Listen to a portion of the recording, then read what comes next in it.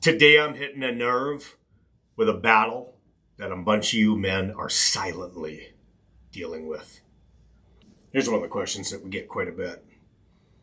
How do I deal with the shame and guilt of my addictive behaviors? It's a tough one. It's a tough one because that shame and guilt comes from somewhere. I can tell you this, it doesn't come from God. But it comes from that place inside of you that knows that there's things you're doing that you shouldn't be doing. So the first thing you want to do is you want to be able to change that story. You change that story by getting real and getting raw with where you're at. So if you're feeling shame, you're feeling guilt, the first thing you need to do is stop lying about it. Stop lying. Stop lying and get real. Get the facts of where you're at. And you can change your story. Change your story. This doesn't have to be you. This doesn't have to be your life. How do I deal with the guilt and shame that comes from my addictive behaviors? You start by acknowledging them. Acknowledge the shame. Acknowledge the guilt. Create a new story from that. And by creating a new story, you can change your entire life. But first, you got to get real. There's things you got to face. That's all there is to it. Your behaviors have put you in a place where you've hurt people. And you've hurt yourself. And so there's going to be pain that's involved in this. There's going to be a place that is so powerfully deep and profoundly hurtful that it's going to feel like there's no stepping out of it. But it's in that place where you're going to be able to start your healing. It's in that place where you're actually going to be able to take the pain and the shame and the guilt and turn it into power. You're going to acknowledge those feelings. You're going to recognize that this is part of the process. You're not alone in feeling this way. Every addict feels guilty and shameful for the things that they've done. Shifting your perspective. Understand that your mistakes aren't you. They don't define who you are. They don't define the rest of your life. They were a point in time they happened. But your behaviors are not you. They're what you've done. And by changing those behaviors, by changing and shifting your perspective on those behaviors, you can be able to change the behaviors. Shift your perspective. Understand that making the mistakes doesn't make you a mistake. Understand that your past actions are not your identity. Understand that by changing things today, you can save yourself a lot of pain for the future. How do I deal with the guilt and shame? How do I deal with the guilt and shame that comes from my addictive behavior? Number one, I acknowledge where I'm at. I acknowledge the pain and the shame and the hurt that I've caused.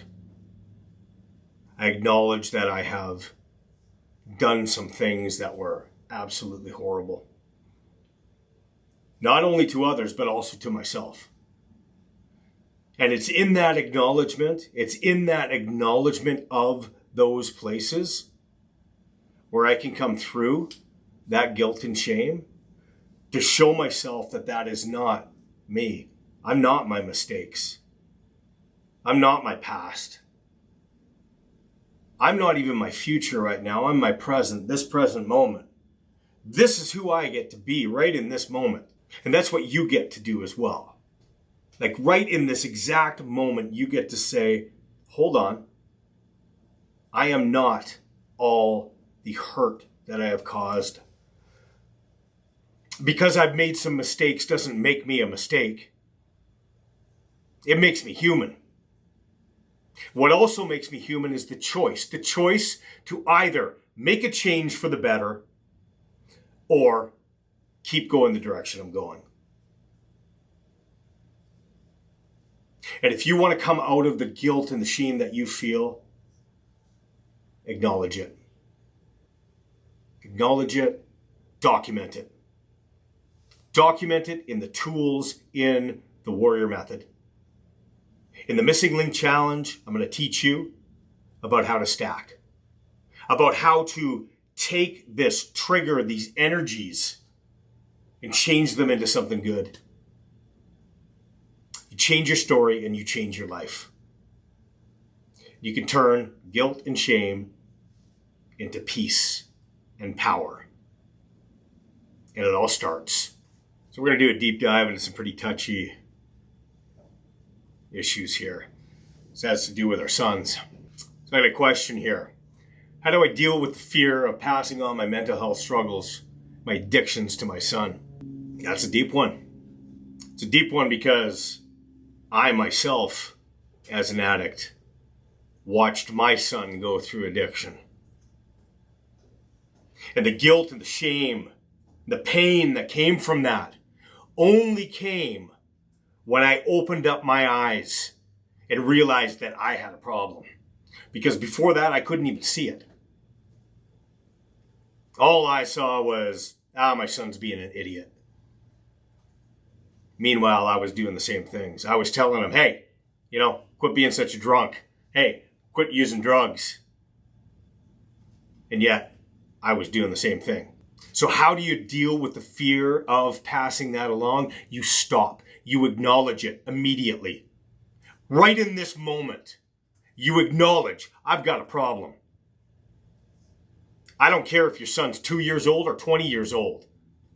They see what you do, and they emulate that. I remember my wife saying to me, when you talk about your partying days, when you talk about the good old days to your son, it's like you're glorifying it. I said, no, I'm not. And she said, yeah, you should listen to yourself sometime. You put yourself up on this pedestal about what a crazy party animal you were. And here's what I had to come to realize. My son went down the same path that I did.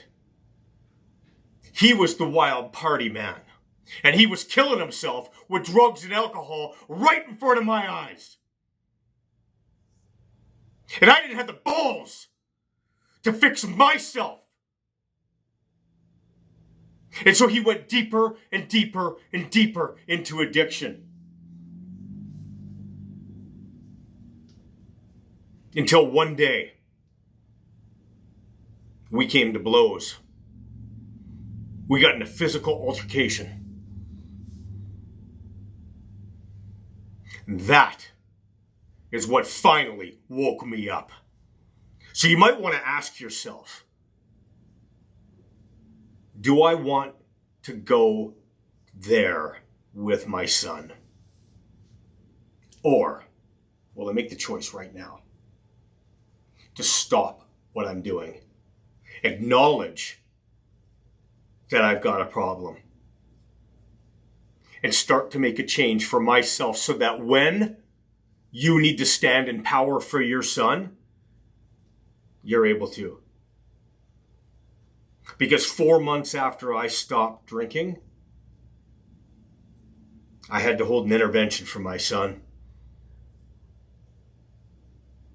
And I had to give him the ultimatum.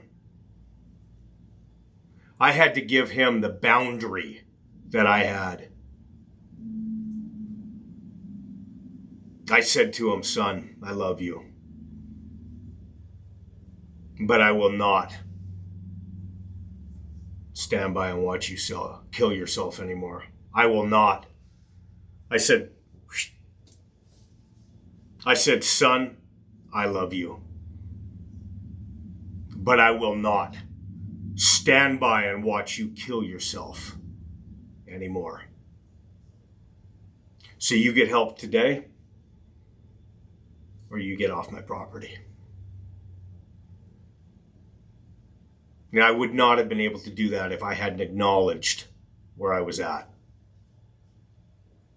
So how do you deal with the fear of passing on your addiction to your son?